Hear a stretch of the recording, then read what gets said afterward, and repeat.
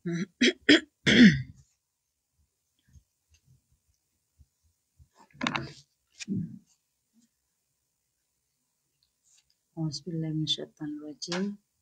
Bismillahirrahmanirrahim. Alhamdulillahirabbil alamin wassalatu wassalamu ala asyrafil anbiya'i wal mursalin wa ala alihi wa sahbihi ajma'in. Amma ba'du. Rabbi shrah li sadri wa yassir li amri wahlul 'uqdatam min lisani yafqahu qawli.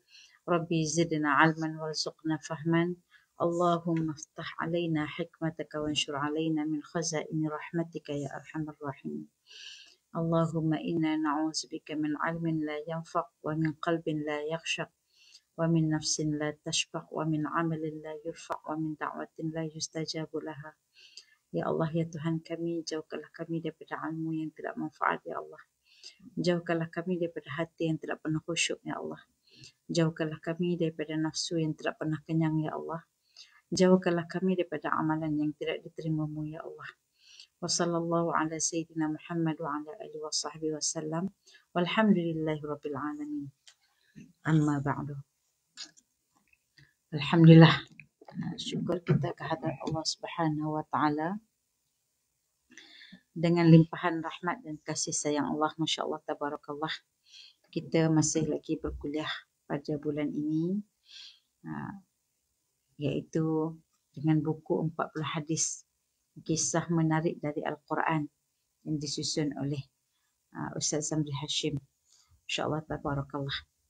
Kita buka muka surat 49, iaitu tajuk yang ke-18, larangan meminta ampun untuk musyrikin.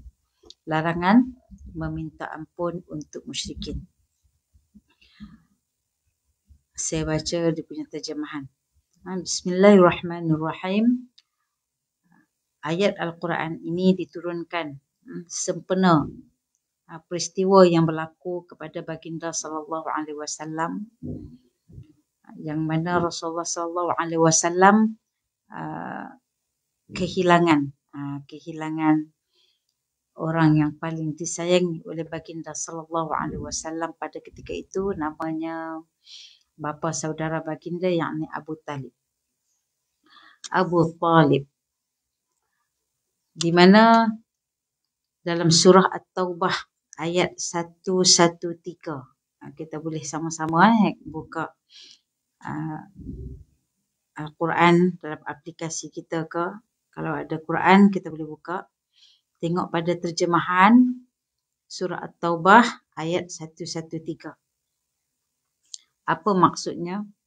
Tidaklah dibenarkan bagi Nabi dan orang yang beriman meminta ampun bagi orang-orang musyrik, sekalipun orang itu kaum kerabat sendiri, sesudah nyata bagi mereka bahawa orang-orang musyrik adalah ahli neraka.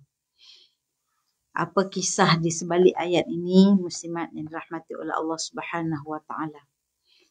Kalau kita tengok dalam kisah dalam sirah dicatatkan, sirah Nabawiyah, ada tahun dinamakan tahun kesedihan.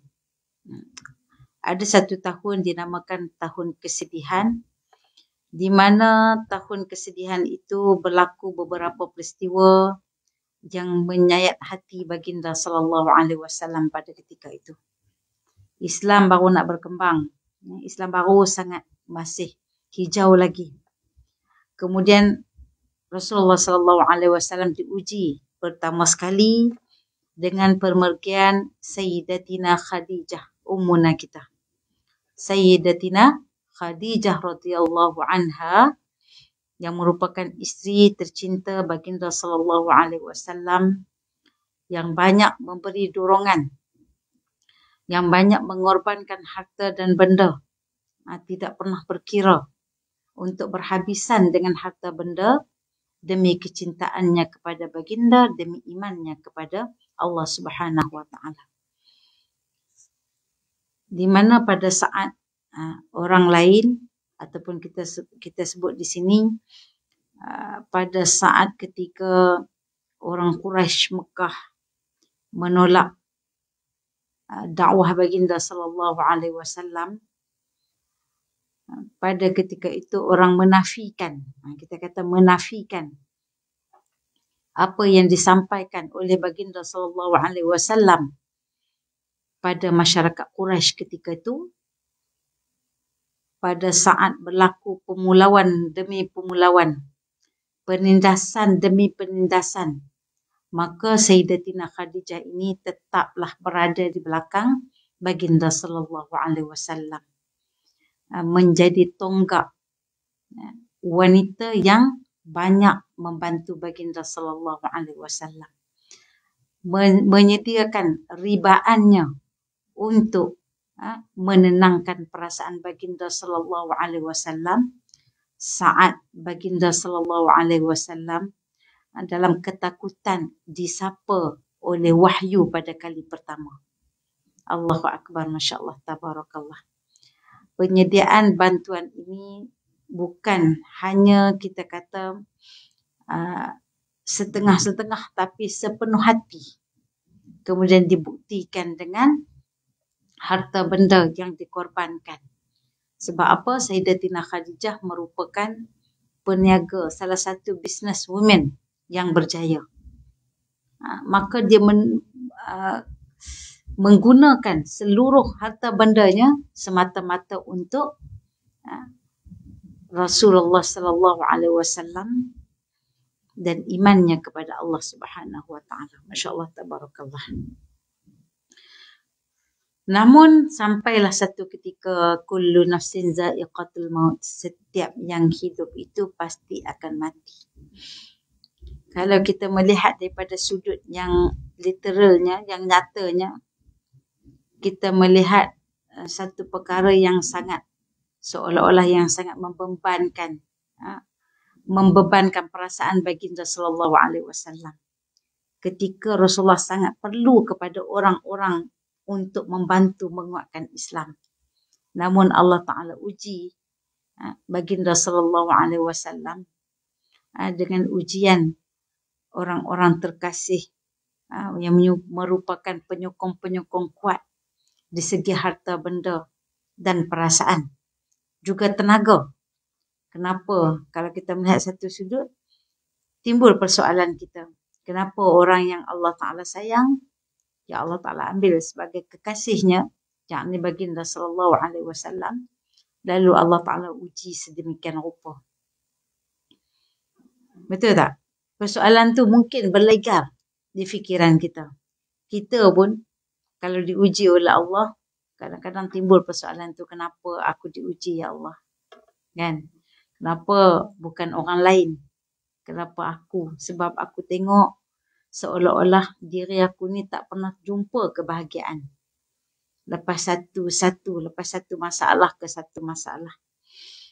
Jadi kita tertanya-tanya, daripada umur kita kecil sampailah sekarang, ada orang setiap tahun dia diuji. Betul tak? Sebab manusia ni tidak sunyi daripada ujian. Begitu juga kekasih Allah Subhanahu wa taala yang bernama baginda sallallahu alaihi wasallam. Diuji dengan orang yang paling disayangi, merupakan penyokong kepada baginda sallallahu alaihi wasallam di saat Islam mula berkembang. Islam mula berputih. Kemudian Allah Ta'ala uji. Maka Khadijah merupakan isteri mukminah. Isteri yang mukminah, yang beriman kepada Allah Subhanahu wa taala. Yang mana beriman tanpa alasan. Ketika mana baginda sallallahu alaihi wasallam pulang daripada menerima wahyu yang pertama dalam keadaan menggigil, ketakutan.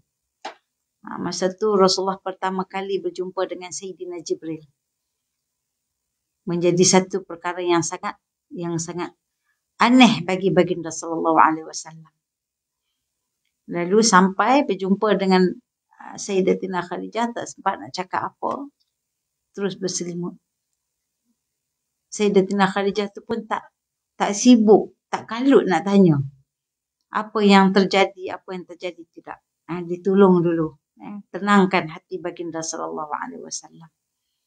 bila dikhabarkan, dicerita satu persatu oleh baginda sallallahu alaihi wasallam, maka tidak ada lagi alasan untuk dia mengelak daripada beriman kepada Allah.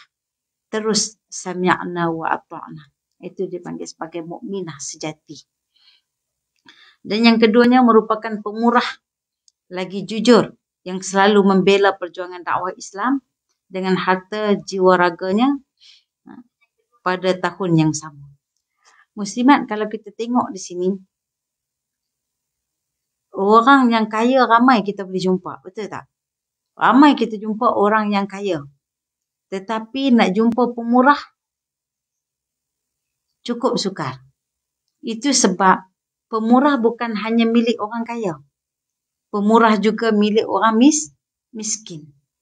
Tetapi kalau pemurah itu ada kepada orang kaya, itu adalah salah satu daripada kelebihan anugerah daripada Allah kepadanya. Sebab apa? Sebab Allah Ta'ala bagi amanah harta benda kepada dia. Lalu dia pemurah. Jadi orang yang pemurah yang menggunakan harta benda ke jalan Allah, maka itulah yang terbaik bagi dia. Sebab apa? Kita nak faham. Setiap anugerah yang Allah Ta'ala beri kepada kita ni, contohlah kita kata, tak sama dengan sahabat-sahabat kita. Ada orang Allah Ta'ala anugerahkan kepada dia, yang kita sebut gifted tu. Tak ada pada orang lain.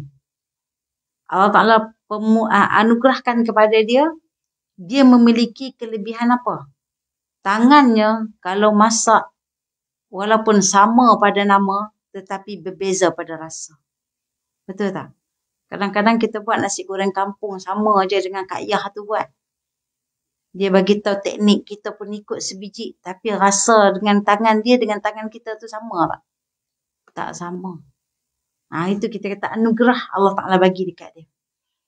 Ada orang dia boleh masak sedap tapi dengan kadar, dengan kuantiti yang sedikit. Berbeza dengan orang masak sama sedap, Masya Allah, tabarakallah, walaupun kuantiti yang banyak. Itu anugerah. Lalu dia menggunakan anugerah yang Allah Ta'ala beri kepada dia. Dia masak setiap hari, hantar surau, hantar semua tempat-tempat yang ni. Itu dipanggil, dia menggunakan anugerah ke jalan yang diredai oleh Allah. Sebab bersama-sama datangnya anugerah, disitulah ujiannya. Ada orang diberi anugerah kekayaan oleh Allah Subhanahu Wa Ta'ala. Di samping itu Allah Ta'ala nak uji. Apa yang diguna daripada anugerah Allah, daripada harta yang melimpah ruah tadi ni. Apakah dia boleh jadi orang yang pemurah ataupun sebaliknya. Kalau dia tak jadi orang yang pemurah, maka dia tersasar dengan ujian Allah ini. Macam tu. Jadi Allah Subhanahu Wa Ta'ala anugerahkan kepada Sayyidatina Khadijah ni, Masya Allah, tabarakallah. Lalu Sayyidatina Khadijah menggunakan anugerah itu dengan menjadi wanita yang pemurah pada zaman tersebut. Walaupun dia adalah business women, yang mana setiap pembesar-pembesar Quraisy yang ada pada zaman itu berlumba-lumba untuk memenangi hati Sayyidatina Khadijah. Sebab Sayyidatina Khadijah adalah seorang janda ataupun balu ketika itu. Namun Sayyidatina Khadijah, Allah Ta'ala takdirkan jodohnya bersama dengan baginda sallallahu alaihi wasallam. Allahu Akbar. Kemudian pada tahun yang sama juga berlaku lagi satu peristiwa yang besar kepada baginda sallallahu alaihi wasallam, di mana bapa saudara yang merupakan ayah kepada baginda sallallahu alaihi wasallam, selepas mana Rasulullah sallallahu alaihi wasallam pada umur 8 tahun beberapa bulan, Rasulullah kehilangan datuknya iaitu Abdul Muttalib. Lalu diamanahkan Rasulullah sallallahu alaihi wasallam ini dijaga, dipelihara dengan sebaiknya oleh bapa saudaranya, yakni anak kepada Abdul Muttalib, iaitu Abu Talib. Abu Talib ni pun bukan sikit anak ramai. Diambil amanah wasiat daripada ayahnya Abdul Muttalib, lalu dijaga baginda sallallahu alaihi wasallam bagai menatang minyak yang penuh, kadang-kadang lebih daripada anak-anaknya sendiri. Allahu Akbar. Sehingga kan nak pergi berniaga di Syam, dibawanya, tak rela kehilangan baginda sallallahu alaihi wasallam. Sayangnya kepada baginda sallallahu alaihi wasallam. Itulah keberkatan. Kasih sayang yang dijaga, yang disemai, yang dibaja kepada baginda sallallahu alaihi wasallam, pengikat seolah-olah di antara ayah dan anak.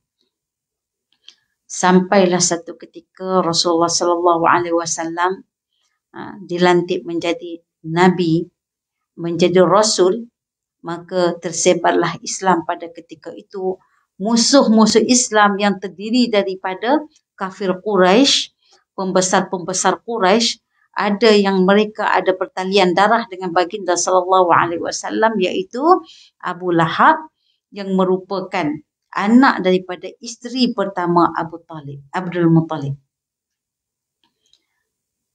Mereka inilah yang mengancam Rasulullah sallallahu alaihi wasallam. Beberapa kali mereka mendatangi Abu Talib untuk mengambil Rasulullah sallallahu alaihi wasallam lalu dibunuh. Mereka ancam pada kali pertama untuk Abu Talib ini pergi nasihat kepada Rasulullah sallallahu alaihi wasallam supaya Rasulullah tak menyebarkan agama Islam. Kali pertama tak jalan, kali kedua pun tak jalan, dan kali yang terakhir pun tidak berjalan. Sebab apa? Sebab Abu Talib menetapkan pendiriannya bahawasanya apa saja yang Rasulullah sallallahu alaihi wasallam lakukan, maka dia akan berada di belakang Rasulullah sallallahu alaihi wasallam. Masya-Allah, tabarakallah. Menjadi benteng utama walaupun Abu Talib tidak memasuki Islam. Okey, kita tengok. Ada satu peristiwa di mana Abu Talib dalam tahun yang sama pemergian Sayyidatina Khadijah radhiyallahu an, dalam tahun yang sama jugalah Abu Talib dijemput oleh Allah Subhanahu wa taala. Kalau kita tengok di sini, masya-Allah tabarakallah, di mana Rasulullah sallallahu alaihi wasallam mengunjungi Abu Talib pada saat Abu Talib dalam keadaan sakaratul maut. Kata Rasulullah sallallahu alaihi wasallam, "Hai bapa saudaraku, ucapkanlah kalimat la ilaha illallah." Dipujuknya Abu Talib untuk ucap kalimat la ilaha illallah. Sebab dalam satu hadis yang lain disebut, "Man akhiru kalamihi la ilaha illallah dakhalal jannah." Siapa yang akhir kalamnya dengan kalimat la ilaha illallah, maka dia akan masuk syurga. Yakni dia menjadi orang yang beriman. Untung orang, bila akhir-akhir kalam dia dalam keadaan sakit dan sebagainya, akhir-akhir nak mati tu, daripada dia tak masuk Islam, terakhirnya sebelum dia mati, dia masuk Islam. Duk terlantar. Ada peristiwa-peristiwa yang diceritakan kepada kita. Ibu bapa daripada anak yang Muslim, ibu bapanya kafir, tapi pada saat akhir hayatnya, tiba-tiba dia menyebut kalimat la ilaha illallah. Maka automatik dia jadi suci seperti mana bayi yang baru dilahirkan.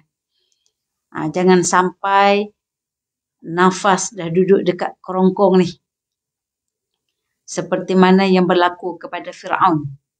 Fir'aun setelah mana tenggelam dalam laut, barulah dia nampak kebenaran, lalu dia ingin, bila dah sampai ke kerongkong, dia ingin. Tu pun dia ingin beriman tu pun dengan kalimat apa? Aku beriman dengan Tuhan Musa, tak mengaku Tuhan dia tu. Sombong lagi tu. Pada saat itu, para malaikat ambil tanah lalu disumbat masuk ke dalam mulut Fir'aun. Dinyatakan dalam hadis yang lain. dalam riwayat yang lain. Masya Allah, tabarakallah.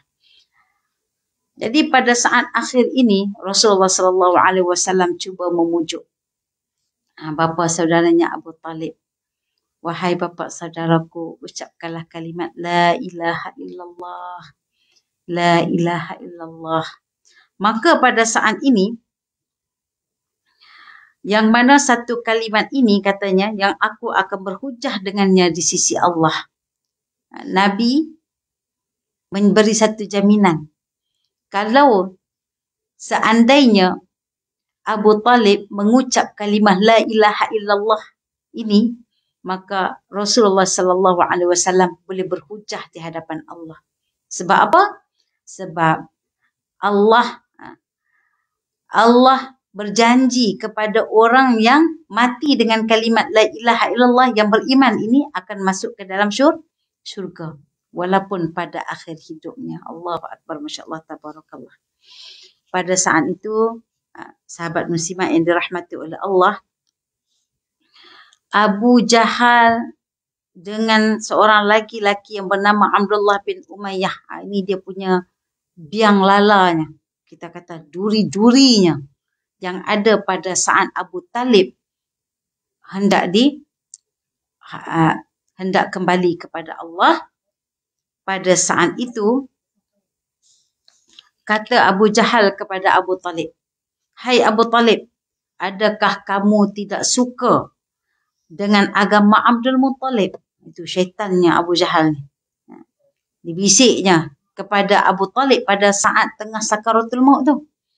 Hai Abu Talib, kamu tak sukakah pada agama Abdul Muttalib? Iaitu agama bapa kamu. Sejurusnya agama nenek moyang kamu. Kamu tak sukakah? Dia tanya macam tu.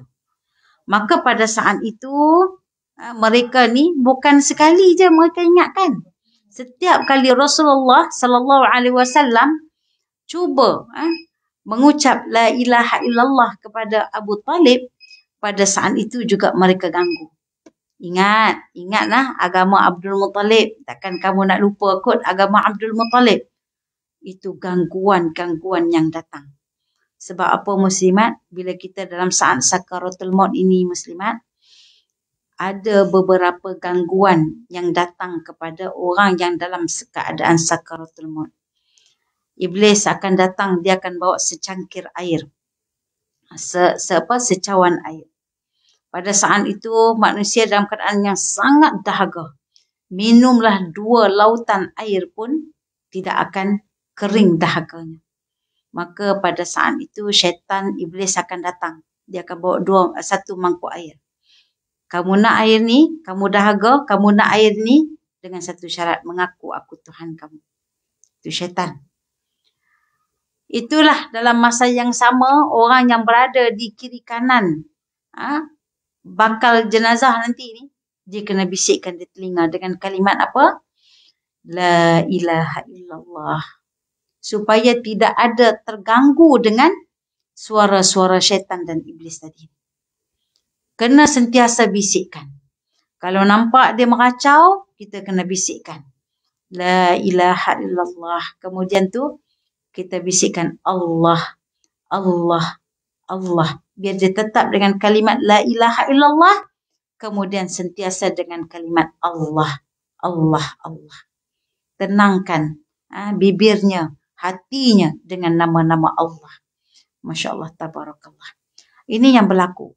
Jadi 2 gangguan yang datang kepada Abu Talib. Pertama daripada Abu Jahal. Kedua daripada Abdullah bin Abi Umayyah. Sama-sama mereka hidup peringat. Ya Abu Talib, kamu ingat tak agama nenek moyang kamu? Agama Abdul Muttalib, takkan kamu nak lupa? Maka itulah gangguan yang berlaku kepada Abu Talib. Maka di atas agama Abdul Muttalib ini membuatkan hatinya berbelah bagi. Lalu Rasulullah sallallahu alaihi wasallam pun berkata, kalau begitu akan kupohonkan keampunan untukmu selagi aku tidak dilarang berbuat demikian. Maka semenjak hari itu, setelah mana Abu Talib meninggal dunia, maka Rasulullah sallallahu alaihi wasallam pun bacalah doa. Doa yang Rasulullah minta kepada Allah Subhanahu wa taala, rahimakallahu wa ghafara lak, la azalu astaghfiru laka hatta yanhani Allah. Moga-moga Allah merahmatimu dengan mengampuni dosa-dosamu.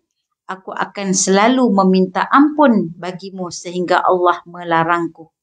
Doa yang dibaca oleh Rasulullah sallallahu alaihi wasallam sehingga turunlah ayat ni. Ayat Allah Subhanahu wa taala melarang. Ayat yang kita baca tadi tu iaitu ayat di mana dalam surah At-Taubah ayat 113. Di mana Allah Subhanahu wa taala melarang, tidaklah dibenarkan kepada bagi nabi dan orang-orang yang beriman meminta ampun bagi orang-orang musyrik sekalipun mereka itu kaum kerabat sendiri. Sesudah nyata bagi mereka bahawa orang-orang musyrik itu adalah ahli neraka. Dalam satu riwayat yang lain dikisahkan di mana baginda sallallahu alaihi wasallam bercerita kepada kita, pada hari kiamat nanti Azar, iaitu ayah kepada Nabi Ibrahim alaihi salam, datang di hari kiamat nanti dalam keadaan rupa yang sangat hitam dan berdebu. Pada ketika itu, Azar minta kepada Nabi Ibrahim alaihi salam, ya Ibrahim, selamatkanlah aku, kerana hari ini aku akan menurut apa saja yang telah engkau beritahu kepadaku, engkau perintahkan kepadaku. Maka kata Nabi Ibrahim, wahai bapaku, ya abati. Nabi Ibrahim sayang sangat kepada bapaknya. Ada ulama kata bapa saudara. Ada ulama berselisih pendapat kata itu bapa kepada Nabi Ibrahim alaihi salam. Nabi Ibrahim sebut dengan panggilan yang paling lembut iaitu ya abati. Sayangnya Nabi Ibrahim kepada bapaknya. Tidakkah dulu aku pernah mengajak kamu untuk mengesahkan Allah? Ni mafhum daripada hadis. Tidakkah pernah satu ketika dulu aku mengajakmu untuk mengesahkan Allah? Di mana Nabi Ibrahim pada ketika itu duduk dengan bapanya Azar, yang mana Azar ini satu ketika dulu seorang lelaki yang disebut sebagai pengukir berhala. Pengukir berhala bukan pengukir berhala yang biasa-biasa ni. Bukan yang kaki-kaki 5 ni tak. Tetapi pengukir berhala kepada para golongan-golongan elit. Golongan-golongan istana. Raja-raja dalam istana tu mengupah pengukir berhala yang bernama Azar, merupakan bapa kepada Nabi Ibrahim alaihi salam. Lalu Nabi Ibrahim pernah mengajak bapaknya untuk mengesahkan Allah. Ditolak mentah-mentah. Sampai satu peristiwa berlaku di mana Nabi Ibrahim nak membuktikan berhala tu sebenarnya tidak berfungsi pun. Bila mereka sedang merayakan satu pesta perayaan mereka, ditinggalnya Nabi Ibrahim bersama berhala-berhala di rumah. Lalu apa Nabi Ibrahim buat? Nabi Ibrahim ambil satu kapak, lalu dihancurkan berhala yang kecil-kecil. Lalu ditinggalkan kapak tadi ni disangkut ke leher berhala yang paling besar. Pada saat mereka pulang, mereka melihat habis berhala yang lain hancur lebur. Lalu yang tinggal cuma satu saja berhala yang besar. Maka mereka bertanya, siapakah yang menghancurkan berhala-berhala kami ini? Nabi Ibrahim mula memberi satu persoalan yang logik untuk mereka fikir. Apa kata Nabi Ibrahim? Tu, yang besar tu lah kot. Buat yang kecil-kecil ni. Lalu mereka mengatakan bahawasanya, mana mungkin berhala yang besar itu dapat menghancurkan yang kecil. Sedangkan lalat yang hinggap di hidungnya pun dia tak dapat nak menguisnya, nak menghalaunya. Itulah satu jawapan yang tuntas yang mesti kena fikir. Yang namanya Tuhan itu sudah pasti mampu memberi apa yang mereka nak. Mampu lebih berkuasa daripada orang yang dapat bersuara, yang dapat bertindak dan sebagainya. Namun atas sebab itu mereka dikelabui oleh hati mereka hitam, mereka dikelabui oleh kebatilan. Akhirnya mereka menghukum Nabi Ibrahim alaihissalam. Allahu Akbar. Okey, kita berbalik.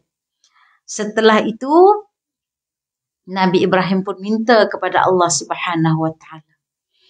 Masa hari kiamat, hari akhirat nanti, Nabi Ibrahim minta, Ya Allah, dengan rahmat dan kasih sayang-Mu, Ya Allah, masukkanlah bapakku ini ke dalam syurga. Ampunilah dia, masukkanlah ia ke dalam syurga. Maka Allah Ta'ala menegaskan, Inni haramtul jannah al-kuffar, al-kafirin. Sesungguhnya aku mengharamkan syurga ke atas orang-orang kafir. Walaupun dia adalah bapa kepada Nabi Ibrahim alaihissalam. Maka Allah Subhanahu Wa Taala memerintahkan Nabi Ibrahim untuk melihat di bawah kaki Nabi Ibrahim. Setelah mana Nabi Ibrahim melihat di kakinya, maka dilihatlah seekor dubuk yang berbulu, yang kakinya berpecah-pecah. Maka Allah Subhanahu Wa Taala rupa-rupanya telah mengubah wajah Azar tadi, bapa Nabi Ibrahim tadi, ke dalam rupa dubuk, lalu dimasukkan ke dalam api neraka. Sebab Nabi Ibrahim tak gamak tengok ayahnya masuk ke dalam neraka dalam rupa yang asal. Begitu halnya juga kepada Nabi sallallahu alaihi wasallam, di mana Abu Talib merupakan orang yang paling dikasihi oleh baginda sallallahu alaihi wasallam. Lalu Rasulullah sallallahu alaihi wasallam berdoa agar Abu Talib dimasukkan ke dalam, diampunkan dosa-dosanya, lalu dimasukkan ke dalam syurga. Sampai turun ayat ini, Allah Ta'ala larang untuk umat Islam berdoa kepada orang-orang kafir wa imma keluarganya sendiri. So kita kalau nak berdoa, contoh lalu dekat kubur orang-orang non-Muslim, boleh tak kita minta, Ya Allah, ampunilah dosa mereka, Ya Allah. Kebetulan pula di tanah perkuburan tu ada saudara mara. Kan contohlah kan, yang bukan Islam. Kita pun minta. Kita tahu dah ayat ni turun tak membenarkan kita. Tak layak kita nak minta. Sebab rahmat Allah tidak akan bersama dengan orang-orang yang kafir. Walaupun dia adalah ahli keluarga sendiri. Kalau dia masih hidup, kita boleh minta. Ya Allah, berilah hidayah kepadanya. Berilah taufik dan hidayah kepadanya agar dia mengenal agama-Mu, Ya Allah. Tetapi bila dia mati, bila dah dikuburkan, haram kita berdoa untuk meminta Allah Subhanahu Wa Taala berikan rahmat dan kasih sayang Allah, diampun dosanya dan sebagainya. Ini sebabnya berlaku kepada baginda sallallahu alaihi wasallam sendiri. Okey, kemudian dalam surah Al-Qasas, kita tengok dalam surah Al-Qasas ayat 56, di mana disebut, sesungguhnya engkau wahai Muhammad tidak berkuasa memberi petunjuk kepada sesiapa yang engkau kasihi. Engkau wahai Muhammad tidak berkuasa untuk memberi petunjuk kepada sesiapa yang engkau kasihi. Maksud kata Rasulullah tidak ada daya dan upaya. Semuanya dikembalikan kepada Allah Subhanahu Wa Taala. Kemudian, tetapi Allah jualah yang berkuasa memberi petunjuk kepada sesiapa yang dikehendakinya. Maksud kata Abu Talib, waktu Abu Talib hidup, sebenarnya dah dekat dengan baginda sallallahu alaihi wasallam.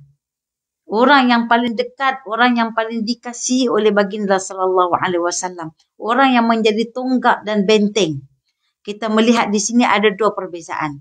Satu, Sayyidatina Khadijah yang menjadi tonggak belakang kepada Rasulullah sallallahu alaihi wasallam. Tulang belakang kepada Rasulullah sallallahu alaihi wasallam. diserah jiwa dan raga serta imannya. Satu lagi tonggak juga kepada Rasulullah SAW menjadi benteng daripada kecaman-kecaman pihak Quraisy. Namun tidak diserahkan imannya, tidak diserahkan sekali jiwa dan raganya, tetapi diserahkan tenaganya, diserahkan kasih sayangnya, diserahkan segala-galanya kecuali imannya tidak diserahkan. Maka pada saat ini sedarlah kita, iman itu tidak boleh diwarisi. Semuanya kembali kepada Allah. Allah yang boleh memberi kepada siapa yang dia kehendaki. Dalam dua peristiwa ini bukanlah satu perkara yang kita anggap satu perkara yang biasa, bahkan satu perkara yang luar biasa. Iman itu hanyalah Allah Subhanahu wa taala kehendaki kepada siapa yang hendak diberikan, maka Allah taala berikan. Jadi ditegaskan dalam ayat ni, Nabi Muhammad sallallahu alaihi wasallam tak berkuasa untuk memberi kepada sesiapa pun hidayah. Semuanya adalah milik Allah dan Allah lah yang berkuasa memberi petunjuk kepada sesiapa yang dikehendakinya. Dan dia jualah yang lebih mengetahui akan sesiapa yang mendapat petunjuk, iaitu kepada orang yang memeluk Islam. Allahu Akbar. Maka pada saat ini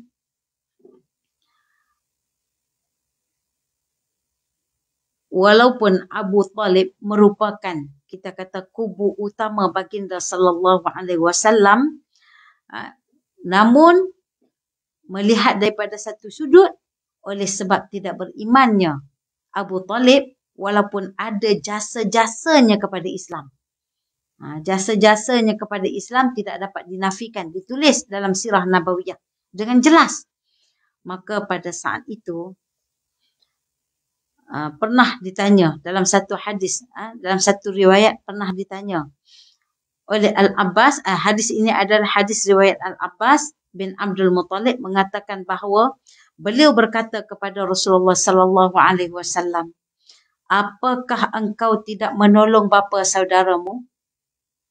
Sayyidina Abbas pernah bertanya kepada Rasulullah sallallahu alaihi wasallam, wahai Rasulullah, apakah engkau tidak ingin untuk menolong bapa saudaramu, iaitu Abu Talib, yang mati dalam keadaan kafir? Kemudian maksud pertolongan ini, apakah tak akan kamu berikan syafaat kepada Abu Talib? Sebab Rasulullah sallallahu alaihi wasallam adalah sayyidul makhluk, tuan bagi seluruh makhluk, rahmatan lil alamin, tuan bagi as-saqalain, iaitu dua makhluk yang Allah Ta'ala taklifkan, tanggungjawabkan, iaitu manusia dan jin.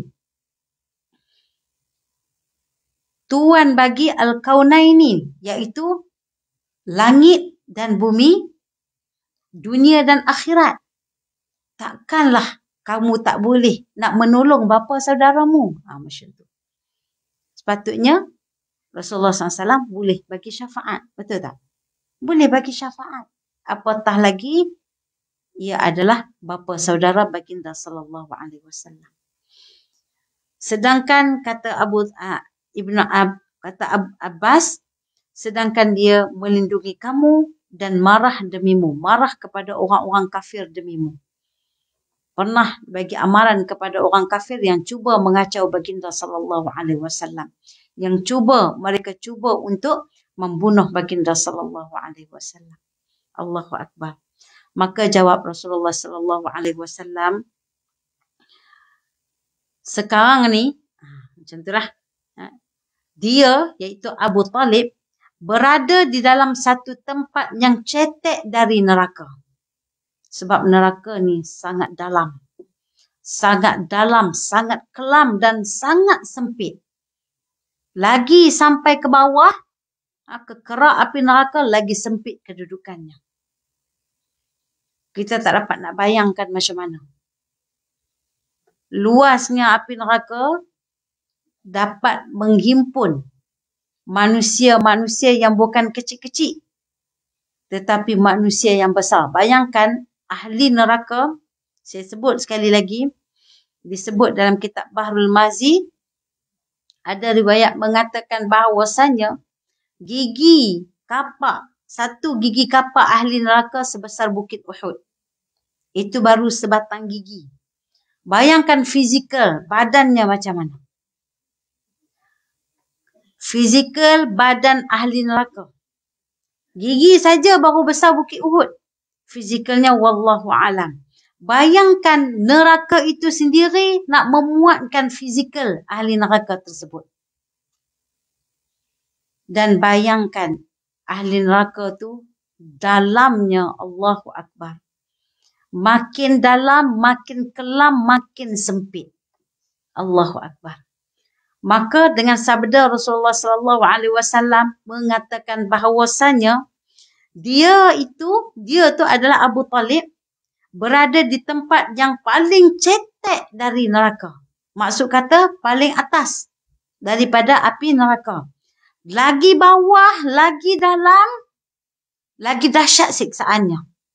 Lagi kelam, lagi hebat siksaannya. Lagi dosa orang kafir, tempat duduk yang paling dahsyat untuk khusus kepada orang kafir, musyrikin dan juga munafiqin. Jadi kerak api neraka terus. Allahu Akbar, Masya Allah. Bukan sekali siksa tu habis. Hidup balik. Disiksa lagi. Kemudian dihidupkan lagi. Kemudian disiksa. Berlaku sampai bila? Forever and ever. Abadan abidin. Selama-lamanya. Khalidina fiha abada. Allahu Akbar. Tak ada, kita kata ending tak ada. Sedangkan orang beriman, orang Islam, orang fasik, tetapi dia masih lagi ada kalimat la ilaha illallah dalam diri dia. Mungkin dia melakukan dosa-dosa yang besar. Dia habis disiksa oleh Allah sampai satu ketika dia akan dimasukkan semula ke dalam syurga. Itu ending dia. Tetapi bagi orang kafir, orang musyrikin tidak ada. Namun apa berlaku kepada Abu Talib atas syafaat baginda sallallahu alaihi wasallam, itulah pertolongan yang Rasulullah dapat buat kepada Abu Talib, yang ini meletakkan Abu Talib, nanti Allah Ta'ala akan meletakkan Abu Talib di tempat yang paling cetek di dalam api neraka. Siksaan yang paling ringan. Siksaan yang paling ringan diletak di tempat yang paling cetek, tetapi still ada dalam neraka. Wal'ayazubillah. Kita pun bila dengar kata memang orang Islam tak kekal dalam neraka, janganlah minta tak apa, lalu sat je. Jangan minta sekejap je lalu, tak apa. Wal'ayazubillah. Minta dijauhkan daripada, walaupun sekadar untuk merasai walaupun sedikit. Wal'ayazubillah. Rabbana atina fid dunya hasanah wa fil akhirati hasanah wa qina adzabannar. Allahumma inni, kita selalu minta Allahumma inna nas'alukal jannatal firdausil a'la. Tolong aminkan hari Jumaat ni. Allahumma inna nas'alukal jannatal firdausil a'la wa ma yuqarribuna ilaiha min qaulin wa fi'lin wa niyyatin wa i'tiqad. Ya Allah, ya Tuhan kami, kurniakanlah, berikanlah, anugerahkanlah kepada kami, ya Allah, Jannatul Firdausil A'la, iaitu syurga yang tertinggi. Wa ma yuqarribuna ilaiha, dan dekatkanlah kami dengan apa-apa yang mendekatkan kami pada syurgamu, ya Allah. Min qaulin, daripada perkataan kami yang boleh membawa kami kepada syurgamu, ya Allah. Wa fi'lin, daripada perbuatan kami, amal ibadah kami, langkah kami, yang mana setiap perbuatan kami ini mendekatkan kami dengan syurgamu, ya Allah. Wa fi'lin wa i'tiqadin, dan juga pegangan kami yang benar, iaitu pegangan Ahlus Sunnah wal Jamaah, ya Allah. Ya Allah, ya Tuhan kami, Allahumma inna na'udzubika, ya Allah, jauhkanlah kami, lindungikanlah kami Na'udzubika, jauhkanlah kami minan nar, daripada api neraka-Mu ya Allah. Wa ma yuqarribuna ilaiha, dan apa-apa yang mendekatkan kami kepadanya, kepada neraka-Mu ya Allah. Wa min qaulin, daripada kata-kata kami yang kebejatan, daripada kata-kata kami kesat, daripada kata-kata kami celaka dengan mulut-mulut kami ini yang boleh kami mendekatkan dengan neraka-Mu ya Allah. Wa fi'lin, daripada perbuatan kami, tingkah laku kami, amal ibadah kami yang boleh bawa kami kepada neraka-Mu ya Allah. Dan pegangan salah kami, iaitu pegangan-pegangan yang sesat, yang menjauhkan kami daripada ahli sunnah wal jamaah, yang mendekatkan daripada dengan api neraka-Mu ya Allah. Kita minta Allah Ta'ala jauh. Amin, amin ya rabbal alamin. Ya. Kalau kita hanya minta syurga saja tanpa kita minta Allah Ta'ala jauh pada api neraka, mungkin boleh jadi kita akan masuk syurga. Namun syurga tu kena ingat sangat mahal. Di kiri kanan syurga tu penuh, jalan nak pergi ke syurga tu penuh dengan ujian. Ujian yang dihiasi dengan hawa nafsu. Yang dihiasi dengan keinginan-keinginan nafsu. Ya Allah, kita dapat tak nak buang semua keinginan-keinginan tersebut. Lalu kita minta, ya Allah, kalau kita minta jauh daripada api neraka, confirm kita masuk syurga. Tapi kalau hanya kita minta syurga saja, belum tentu kita tak masuk api neraka. Wal'ayazubillah. Okey, seterusnya kata Rasulullah SAW, kalaulah tidak kerana aku, nescaya ia berada di lapisan terbawah daripada api neraka. Kalau tak kerana syafaat baginda SAW, sudah tentu Abu Talib berada di lapisan paling bawah. Namun dengan syafaat baginda itulah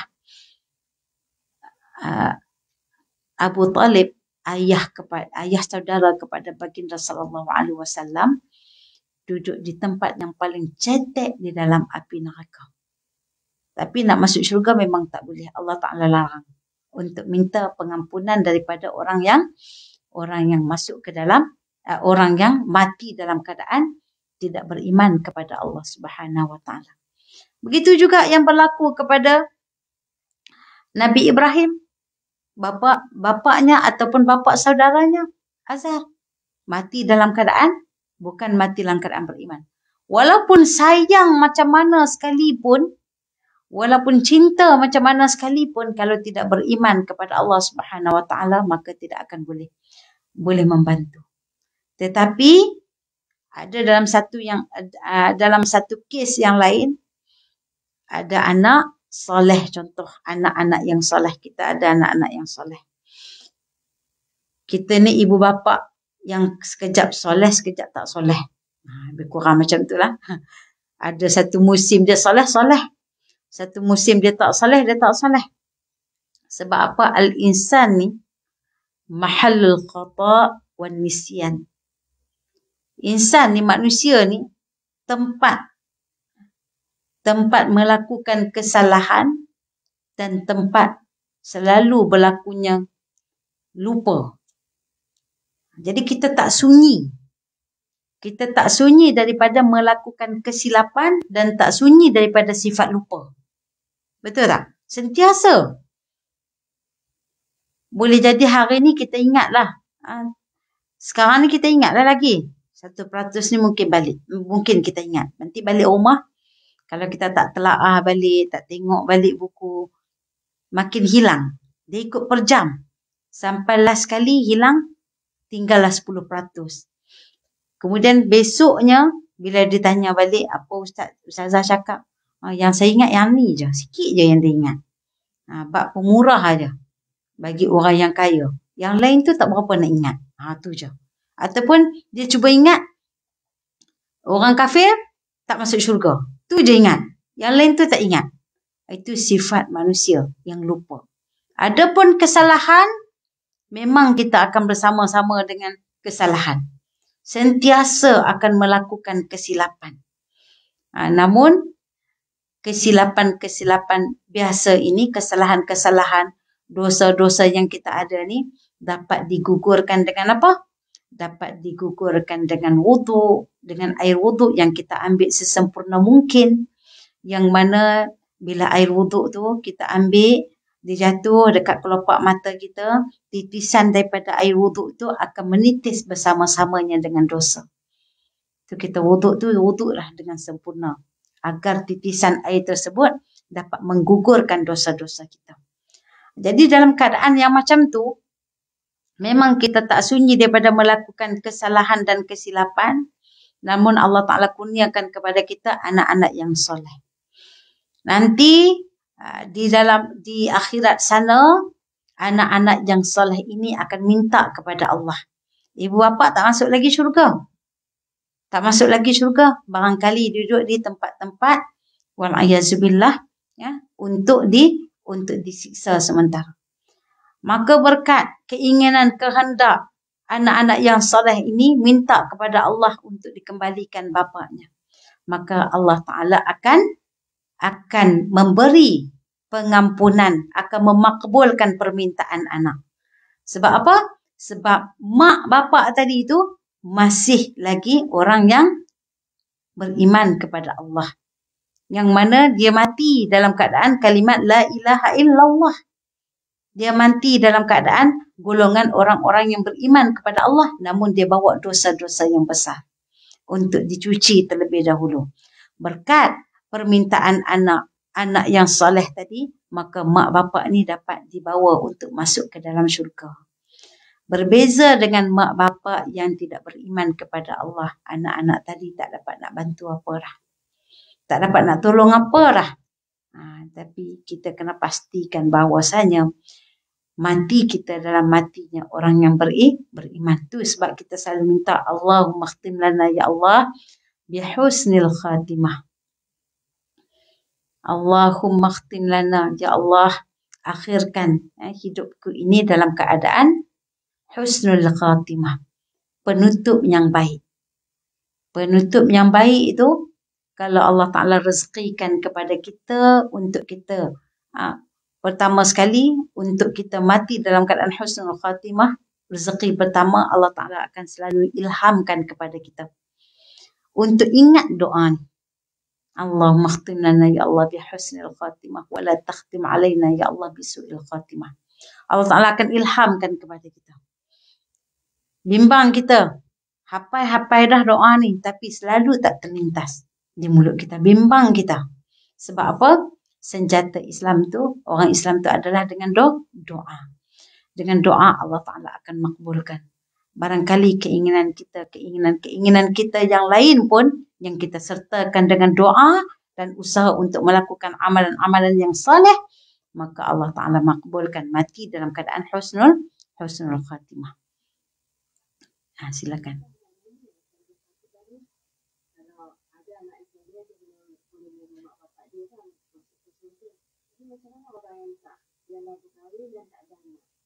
Okey.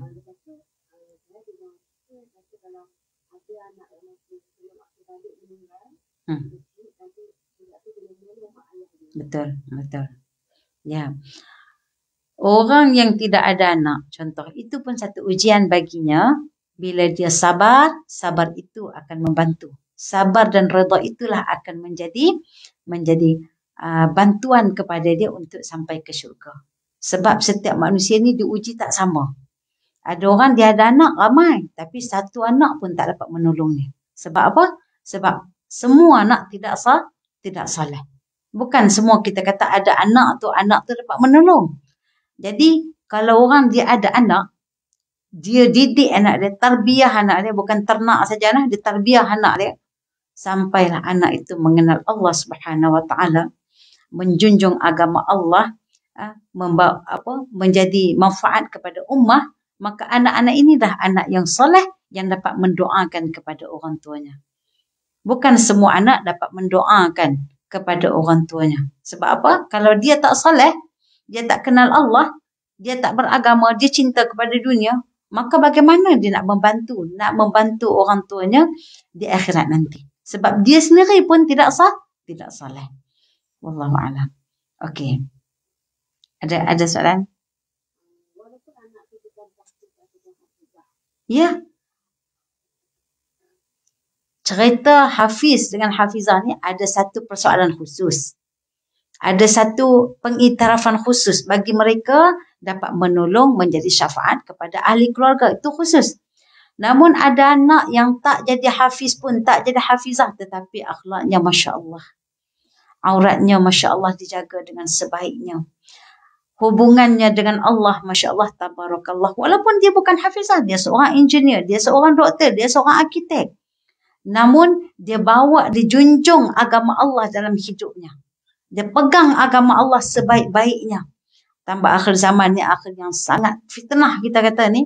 Tapi dia bawa dirinya, walaupun dia bukan seorang penghafal Al-Quran, maka beruntunglah kedua ibu bapanya. Jadi, bila anak tu dia hafizah pula, kemudian dia ni seorang arkitek, contoh, itu bonus. Sebab dia ada persoalan khusus. Bagi hafizah, ini dia punya tingkatan dia. Bagi orang yang tak hafizah, kalau macam tu kita susah nak masuk syurga. Dia bukan penghafal. Hafal juga Ustazah, 3 qul je. 3 qul je mampu. Yang lain tu tak mampu kan? Tak apa. Yang penting kita junjung agama Allah. Pegang sebaiknya apa yang Allah Ta'ala perintah. Tinggal apa yang Allah Ta'ala larang. Tambah lagi zaman sekarang ni adalah zaman fitnah. Kita kesamaran nak pegang yang mana satu. Kadang-kadang kita nampak macam betul, rupa-rupanya bukan betul pun. Betul tak? Macam baru ni, viral. Ajaran sesat. Pakai dah cantik dah. Pakaian putih, jubah putih. Dengan niqab lagi. Tiba-tiba, bila dah nama sesat tu, akan ada kekurangan demi kekurangan. Ditonjolkan. Allahu Akbar. Jadi kita orang awam yang tengok ni, nampak macam okey dah, cantik dah. Tapi kenapa dia pakai furdah, tapi orang lelaki pula boleh bersalam, boleh pegang, boleh raba dekat belakang pula dan sebagainya. Kita nampak tu pelik tak? Pelik. Hati kita kadang-kadang memberi fatwa kepada kita. Ni tak kena ni. Tapi kalau diikut nafsu, dia nampak kena semua. Jadi keadaan tersebut kita minta, Ya Allah, berikanlah petunjuk kepada kami, Ya Allah. Supaya kami jumpa jalan yang benar saja, Ya Allah. Jauhkanlah kami daripada segala barang kesesatan dan kemaksiatan kepadamu, Ya Allah. Bukan senang kita nak hidup pada akhir zaman ni dalam keadaan kita tidak berapa kenal agama ilmu Allah. Ilmu fardu ain kita pun sikit-sikit, maka kita minta kena belajar. Orang perempuan, wanita-wanita muslimah dituntut akhir zaman ini perbanyakkan ilmu fardu ain supaya dasar-dasar daripada ilmu fardu ain itu akan menjadi tanda aras untuk kita mengenal segala fitnah-fitnah yang ada pada akhir zaman. Kalau yang fardu ain kita tak mantap, boleh jadi kita terkeliru. Boleh jadilah ustaz tu dia pegang-pegang, dia raba sebab makam dia tinggi. Dia dah tak ada nafsu. Boleh jadi kita akan bercakap macam tu. Kamu tahu apa, makam dia tinggi, makam kita rendah lagi. Sudah. Itulah kita kata nak sampai tingkatan ma'rifatullah ni, tasawuf ni, kena dimulakan mukaddimahnya dengan syariat. Kalau tidak, tak payah cakap lah benda-benda ma'rifat tu, tak payah cakap. Semua tu akan bawa kepada kesesatan kalau kita tak mulakan dengan syariat.